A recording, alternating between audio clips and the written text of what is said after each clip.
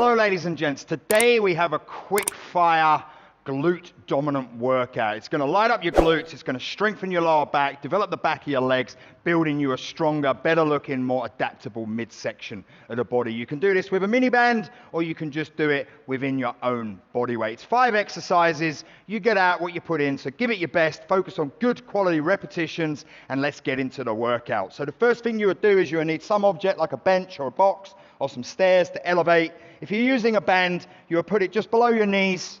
And then what you would do, if you're not using the band, is you would just do this movement without the band. Now you want to shuffle in nice and close to the bench, so you're not going to overload your hamstrings. Flex the feet down to activate here through the shins. Have your arms down alongside the ground. Drive your hips up into extension and then lower your bum back down towards the ground. At the top of the movement, really try and squeeze your hips to activate your glutes. And don't let your knees track in. Keep your knees slightly arrowed out into the band. That's going to activate down through the IT band, and it's going to fire up what's called your glute med, the muscles on the outside of the buttocks that stabilize the femur, the upper thigh bones.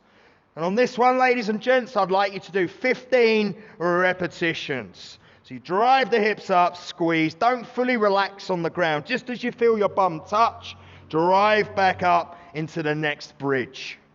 14 and 15. You're looking for that nice straight line between the knee and the shoulder. Now, once you've done that, you'll come up onto your feet and we're going to go into a squatting movement. So move the band up now, just above the knees, but not on the kneecaps themselves. And then from here, stand with your feet about shoulder width, grip the ground, give the brain the information that it needs. Put the hands up above the shoulders, really screw the knees out, strong solid feet, chin up, chest up, sit down, drive through the feet and the knees and lock out the knees at the top of the movement. Engage the brakes, inhale down, exhale up. And you want to go vertical. What you don't want to do is fire forwards. You really want to work the glutes on this one, the buttocks. Whereas when you go forwards, the quads become more active. Now they are going to be engaged, but the main activation is the buttocks that we're looking for. Sit down with control. Just as you touch, power up. With or without the band. You don't have to have the band for this one, ladies and gents. The band just adds a little bit more activation in there. And then when you're done 15, what we're going to do now, again, you can do this one with or without the band. If you're using the band, move it down around the ankles. Now from here, step up onto an object. I'm going to use the bench, and you want to stand on the edge. What we're looking to do here is develop space for the hip joint. Lock out the knees. Don't let the knees bend. Drop down through the hip and pull up. You should feel it working the outside of the hip here, what's called the glute med and the TFL. I pop down, I pull up, I pop down, I pull up. There's no knee flexion. We're looking to really work the glutes and the hip joint itself here. 8, drop down, 9. Imagine you're driving your heel down, pulling up. See how this leg's like a baseball bat? It doesn't bend. As soon as it bends, it just becomes a quad dominant movement. Creating space in the hip, building strength around the hip joint is how you're going to improve your hip health. And then from there, and as a side effect to that, you're going to get a better looking booty. And we all want that, don't we? Well, most of us. Bit of J-Lo going on. Drive down. 5. So look how I'm pushing down, creating as much space between the hips as I can. This is what we call a hip hike. It will feel a little bit strange if you haven't done it before. And again, if you're using the band, just keep a little bit of tension in the band. Drop down, nice strong legs, strong knees. 14 and 15. Ooh, I start to feel like burn a little bit now. Now from there, the next one, you can't use a band on this one. So if you are, just drop it down. Now shuffle in nice and close to the bench.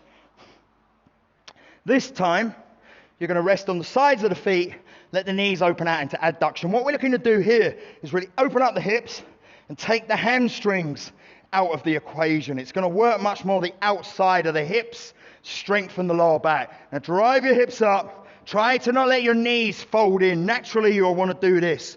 Try to not let that happen. And you should really feel this in the outer quarter of the hip. Up towards what we call the QL, TFL, piriformis, and IT band. Obviously, the more mobile you are in your hips, the more abduction you can create through the hip joints. I can start to feel that as well running up my IT band because my hamstrings normally dominate the hip bridge movement, but here they can't. You're also going to strengthen your knees, the outside of your knees. Work your core, lengthen the front line of the body, strengthen the back line of the body. Now, once you've done that, the last one you're going to need to do is you're going to lie on your side. You're going to place one foot up. You're going to have your bottom leg bent, your top leg straight, and you just push up and you pull the leg up. This is really going to strengthen the inside of the thigh. It's going to work into the abductors, and it's going to develop strength in the groin. If that's too hard, you can have both knees bent and you're supporting less of your body weight. This one, 10 repetitions. You don't need to do 15 on this one because it's isolating a small area. 8, 9, and 10. Now, once you've done 10 on one side, you'll switch over. Come to the other side of the bench. Again, nice strong leg. Bend the trail knee so you're not overloading the hips. Come down, building that strength on the inside of the hip, where a lot of us are very weak because we don't work through this lateral plane of movement. 5, 6, 10 reps, guys. You're also going to strengthen the obliques. Build a lot of support and structure around the hip joint. And 10. There you go. That's that super short, sharp, fast workout. A little bit every day will get you a lot in the long term. If you like that, guys, drop us a comment below. Share with your friends. Please leave comments. I'd love to hear your feedback. Have an awesome day. Justin, Coach Wallis.